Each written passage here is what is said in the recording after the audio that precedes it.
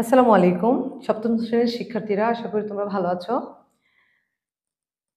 বীজগাণিতিক রাশির উৎপাদক গসাগু ও লসাগু হতে তোমাদের জন্য একটি প্রেক্ষাপট নির্ভর কোশ্চেন নিয়ে চলে আসলাম। দেখো, আমাদের প্রশ্নে আলোচনা করা হয়েছে একটি শ্রেণীকক্ষের দৈর্ঘ্য 20 মিটার এবং প্রস্থ 15 মিটার। তুমি যে টেবিলে বসে পড়াশোনা করো তার দৈর্ঘ্য x মিটার। আমি আবার পড়ে শোনাচ্ছি। একটি শ্রেণীকক্ষের দৈর্ঘ্য 20 মিটার এবং প্রস্থ 15 মিটার। তুমি যে টেবিলে বসে পড়াশোনা করো তার দৈর্ঘ্য x মিটার। এখন দেখো ক নম্বরে কি বলা হয়েছে, শ্রেণীকক্ষের দৈর্ঘ্য তোমার পড়ার টেবিলের দৈর্ঘ্যের সমান বৃদ্ধি করা হলে শ্রেণীকক্ষের ক্ষেত্রফল কত হবে? একটু খেয়াল করো, শ্রেণীকক্ষের দৈর্ঘ্য ছিল আগে 20 মিটার, বলা হয়েছে এটা বাড়িয়ে যদি তোমার পড়ার টেবিলের দৈর্ঘ্য পরিমাণ যদি আবার বাড়ানো হয়, তাহলে আমরা জানি কোনো কিছু বৃদ্ধি করলে আমরা কি করি, সেটা সাধারণত যোগ করে থাকি, ঠিক আছে। আর জিজ্ঞেস করা হয়েছে যদি তাই করা হয়, দৈর্ঘ্যটাকে যদি পড়ার টেবিলের দৈর্ঘ্য পরিমাণ বৃদ্ধি করা হয় তাহলে শ্রেণীকক্ষের ক্ষেত্রফল কত হবে। তাইলে আমার এখানে কি করতে হবে, যে দেওয়া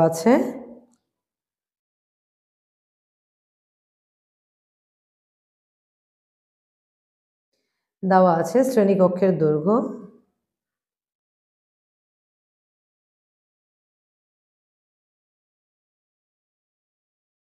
টোয়েন্টি মিটার, ঠিক আছে।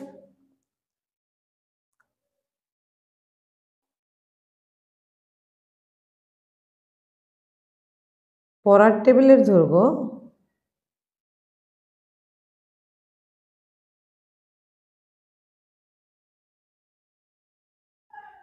x metre. যেহেতু তোমাকে বলছে যে শ্রেণীকক্ষের দৈর্ঘ্যটা পড়া টেবিলের দৈর্ঘ্যের সমান বৃদ্ধি করবা, তাইলে x মিটার বৃদ্ধি করলে অতএব x মিটার বৃদ্ধিতে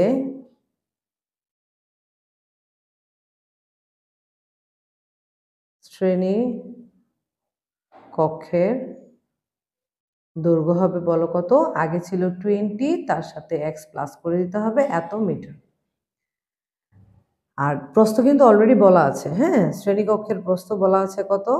15 মিটার। শ্রেণীকক্ষের প্রস্থ ইকুয়াল 15 মিটার। এখন আমরা জানি, আমাকে কিন্তু বলা হয়েছে এবার শ্রেণীকক্ষের ক্ষেত্রফল নির্ণয় করো, তাহলে আমরা কিন্তু পরিবর্তিত যে দৈর্ঘ্যটা সেটা পেয়ে গেলাম, আর প্রস্থ আগেই বলা আছে, তাহলে শুধু দুটো গুণ করে দিব, তাহলে আমাদের কি হয়ে যাবে, ক্ষেত্রফল বেড়ে যাবে। তাহলে আমরা কিভাবে লিখবো, যে আমরা জানি ক্ষেত্রফল ইকুয়াল দৈর্ঘ্য গুণ প্রস্থ, ঠিক আছে। তাহলে দৈর্ঘ্য কত বলা আছে, মাত্র বের করেছি, x মিটার বৃদ্ধিতে আমার নতুন দৈর্ঘ্যটা হয়েছে হচ্ছে 20 প্লাস x ইন্টু প্রস্থ কত দেওয়া আছে 15। তাহলে এটা যদি আমরা গুণ করি তাহলে কত দাঁড়াবে, 15 ইন্টু 20 আসবে হচ্ছে 300 প্লাস 15x। এত কি বর্গ একক, ঠিক আছে। এখানে যেহেতু একক হিসাবে মিটার আছে, তাহলে আমরা ইউজ করব হচ্ছে বর্গ মিটার, বর্গ মিটার, বর্গ মিটার। এই হচ্ছে আমাদের আনসার। আশা করি বুঝতে পেরেছো। এবার আসো খ নম্বরে কি বলেছে।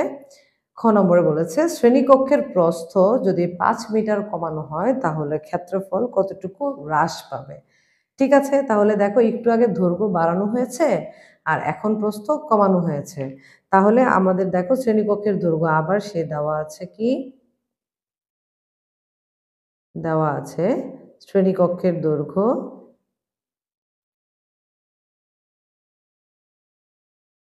কত দেওয়া আছে দেখো 20 মিটার, হ্যাঁ, শ্রেণীকক্ষের দৈর্ঘ্য দেওয়া আছে 20 মিটার, আর প্রস্থ 5 মিটার কিন্তু কমানো হয়েছে, তাহলে আমি একবারেই লিখে ফেলি, 5 মিটার কমানো হলে নতুন প্রস্থ হবে কত, আগে ছিল 15, তার থেকে 5 মাইনাস করে দিয়েছি, তাহলে হবে অ্যাকচুয়ালি 10 মিটার।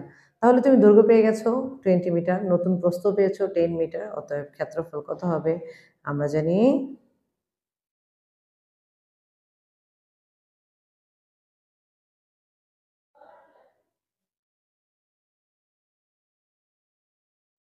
দৈর্ঘ্য গুণ প্রস্থ।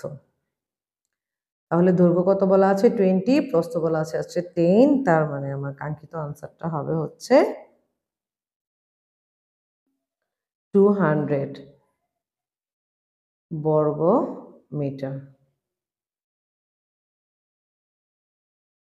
ঠিক আছে, তাহলে আমার কাঙ্ক্ষিতটা কত হবে, যেটা কমানোর পরে যেটা পেয়েছি সেটা হবে 200 বর্গমিটার।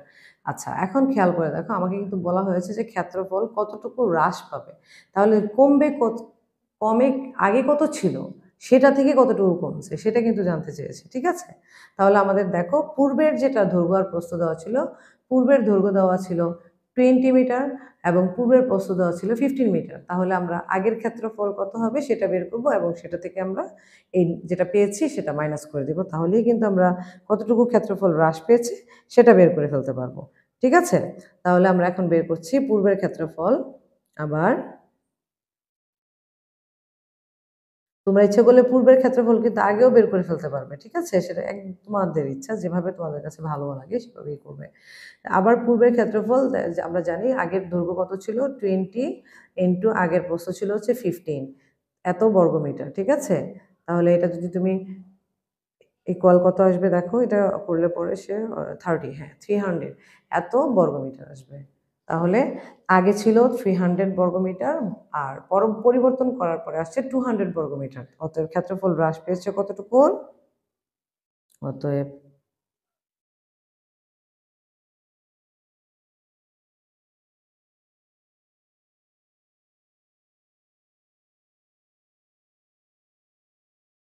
300 মাইনাস 200 ইকুয়াল 100 বর্গমিটার।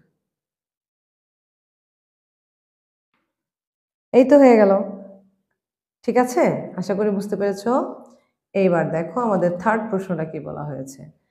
থার্ড প্রশ্নটা বলা হয়েছে শ্রেণীকক্ষের দৈর্ঘ্য ও প্রস্থ দ্বিগুণ করা হলে পরিসীমার কিরূপ পরিবর্তন ঘটবে।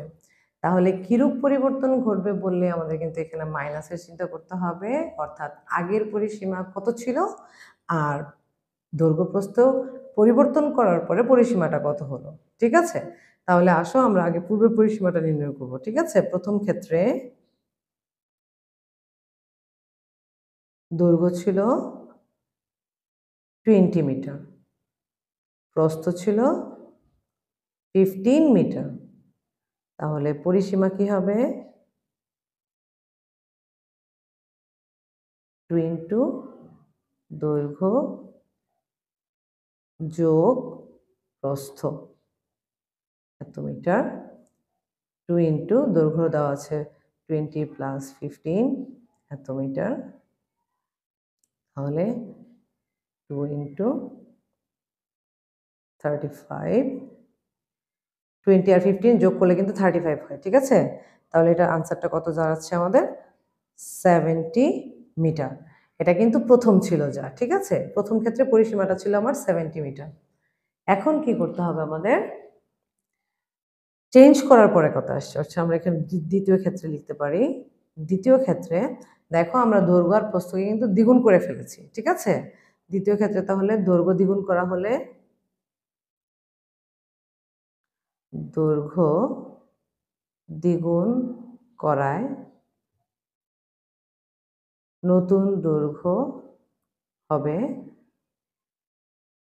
2 ইন্টু 20 সমান 40 মিটার।